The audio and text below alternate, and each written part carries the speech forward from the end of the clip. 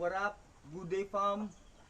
So today is isi-share ko sa inyo yung knowledge na natutunan ko nung umattend ako ng Goat Production and Management Training sa Bilyaba Leyte kasama si Sir Anton Cadalin at Ma'am Fela May Gacho ng ATI RTC 8. So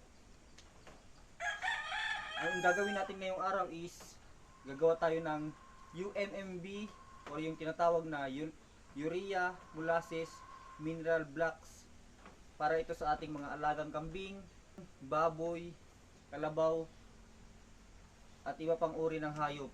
So ang ingredients na gagamitin natin is molasses, darak, urea, simento, calcium phosphate at asin.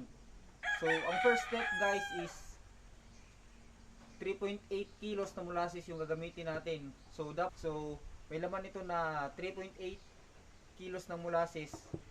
So ang next na ilalagay natin is 1 kilos of urea.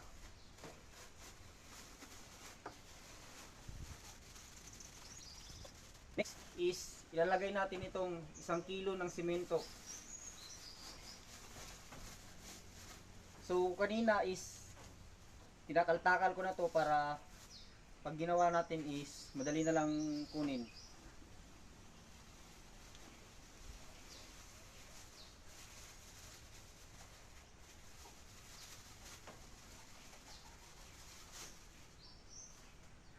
Ang next ay asin.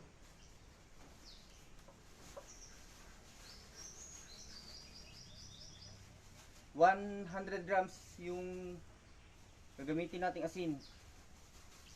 Pero dahil hindi naman tayo ganun ka-professional, so nag-estimate na lang tayo ng asin na hindi masyadong madami at hindi din masyadong konti. Sakto lang.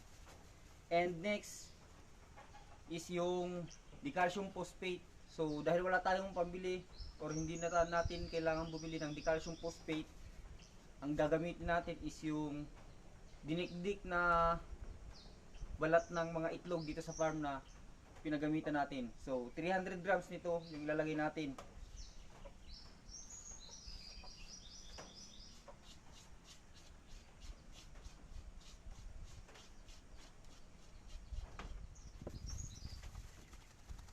So ang next step na gagawin natin is haluin natin to.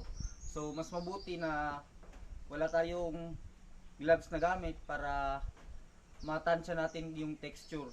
So start na natin haluin. So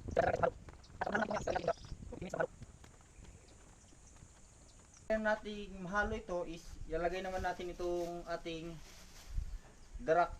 3.8 kilos ng darak yung gagamitin natin based sa tinuro sa amin sa training.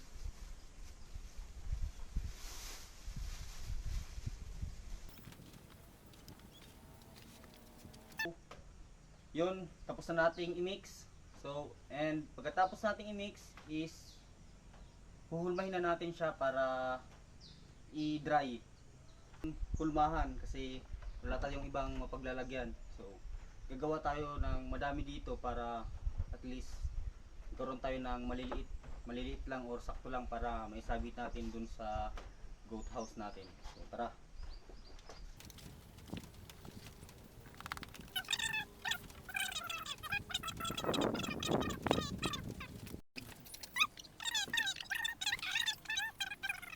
$15, 16 na 16 pieces na bao ng UMMB. So papatiwin na natin to para matry na natin bukas. So hanggang dito na lamang po at maraming salamat. And by the way, big shout out nga po pala kay Sir Anton Cadalin sa pagbigay sa akin ng molasses. So sir, thank you po, and kay Ma'am Fela May, thank you, and sa mga nakasama ko po nung Go Training, maraming salamat po sa inyo. Napakagandang experience po nang naranasan natin doon sa Agape Farm sa Bilyaba Leyte, and sa mga co-participants ko ng training. Kumusta guys? Sobrang saya lang na experience natin, no. Sobrang dami nating memories na naiwan doon sa Agape Farm. Hopefully, magkita-kita ulit tayo soon. Maraming salamat. Hanggang dito na lang. Peace!